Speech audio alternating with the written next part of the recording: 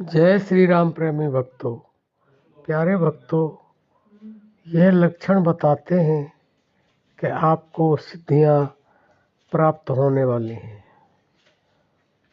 देखो भक्तों, पहले तो आप समझ लें कि सिद्धियां क्या होती हैं।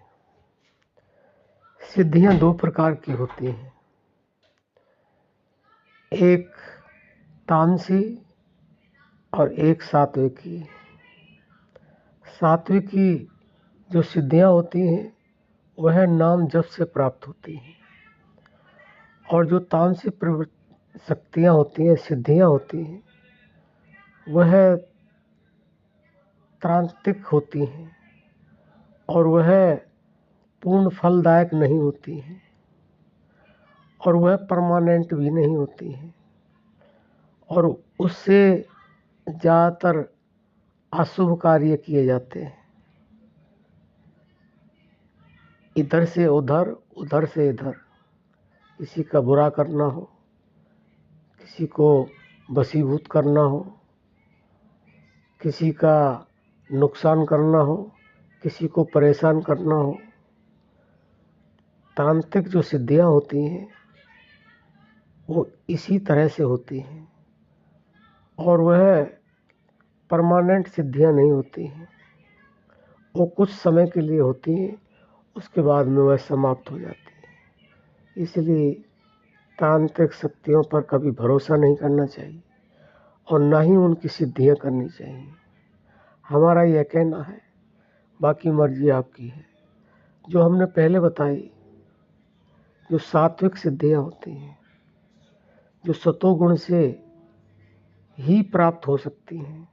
जब तक सतोगुण नहीं होगा तब तक वह सिद्धियां प्राप्त नहीं होंगी।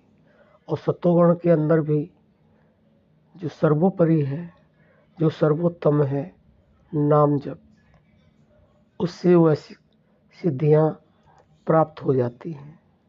लेकिन उसके कुछ लक्षण हैं। उसके लक्षण क्या है? जब सिद्धियां प्राप्त होने का समय आता है, उस समय ये अपने आप लक्षण आ जाते हैं, लाए नहीं जाते। क्योंकि जो नाम जप करते हैं और नाम जप करते करते उनके अंदर नाम जप के प्रति निरंतरता आ जाती है, और निरंतरता आने के बाद में हम हर वीडियो में बताते हैं, एकाग्रता आ जाती है। तो एकाग्रता के साथ वह लक्षण अपने आप आ जाते हैं। मन के विचार निर्मल हो जाते हैं। हमारे अंदर काम, क्रोध, लोभ, मोह, अहंकार की पावर समाप्त होने लग जाती है। हमारे सोचे हुए कार्य अपने आप बनने शुरू हो जाते हैं, और हमारे अंदर जो तामसी वृत्ति होती है वह बिल्कुल समाप्त हो जाती है।